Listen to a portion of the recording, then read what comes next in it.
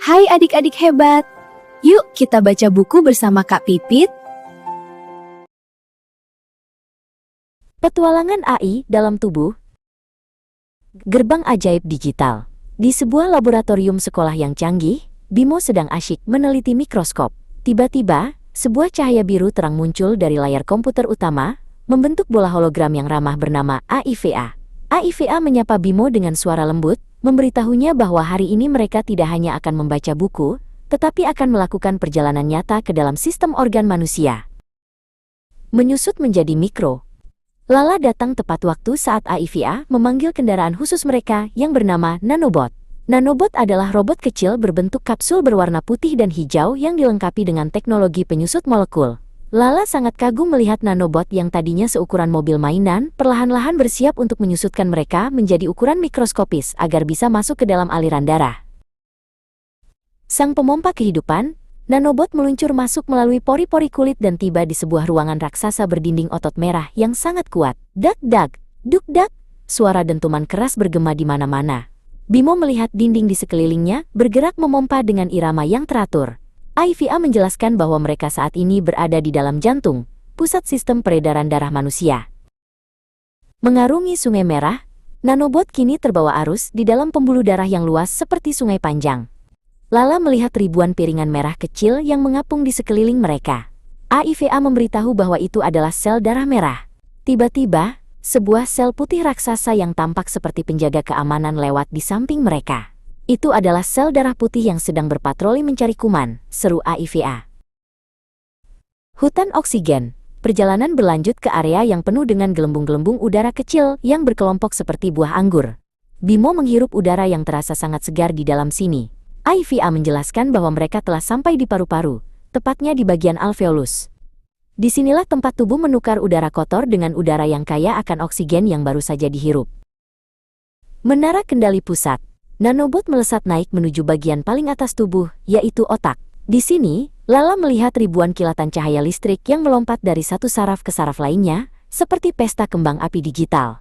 AIVA menjelaskan bahwa otak adalah pusat kendali yang mengatur semua gerakan, pikiran, dan perasaan yang dimiliki oleh manusia setiap saat. Pabrik penghancur makanan. Nanobot terjun ke bawah dan mendarat di dalam sebuah kantung besar yang penuh dengan cairan asam. Bimo melihat bongkahan makanan yang mulai hancur menjadi bubur halus. "Selamat datang di lambung," kata AIVA. Ruangan ini bergejolak hebat, meremas makanan dengan gerakan otot yang kuat untuk memastikan nutrisi siap diserap nanti. Lorong nutrisi. Setelah melewati gerbang sempit, Nanobot memasuki lorong yang sangat panjang dan berkelok-kelok, yang disebut usus halus. Lala melihat dinding lorong ini dipenuhi dengan tonjolan-tonjolan kecil seperti karpet beludru, yang disebut villi. AIVA menjelaskan bahwa villi inilah yang bertugas menyerap sari-sari makanan untuk disebarkan ke seluruh bagian tubuh sebagai energi. Laboratorium penyaring. Nanobot kemudian tiba di sebuah organ berbentuk seperti kacang merah raksasa.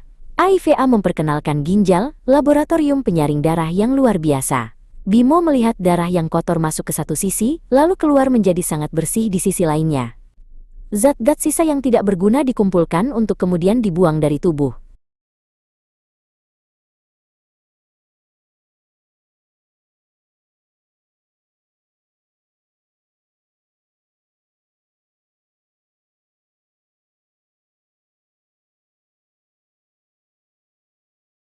Harmoni seluruh tubuh. Nanobot sekarang melayang di tengah-tengah rongga tubuh, memberikan pandangan luas kepada Lala. AIVA menunjukkan bagaimana jantung, paru-paru, otak, dan sistem pencernaan semuanya terhubung oleh kabel-kabel saraf dan pembuluh darah. Tidak ada organ yang bekerja sendirian. Mereka semua saling membantu seperti sebuah tim pahlawan super.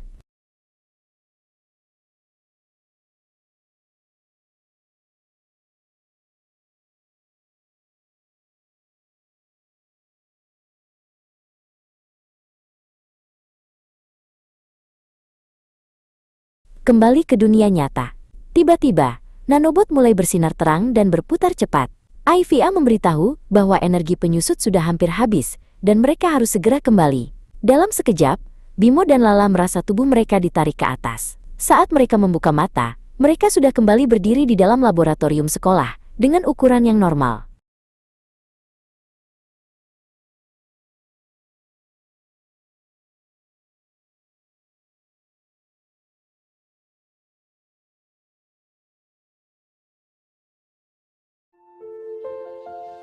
Terima kasih sudah membaca bersama Kak Pipit.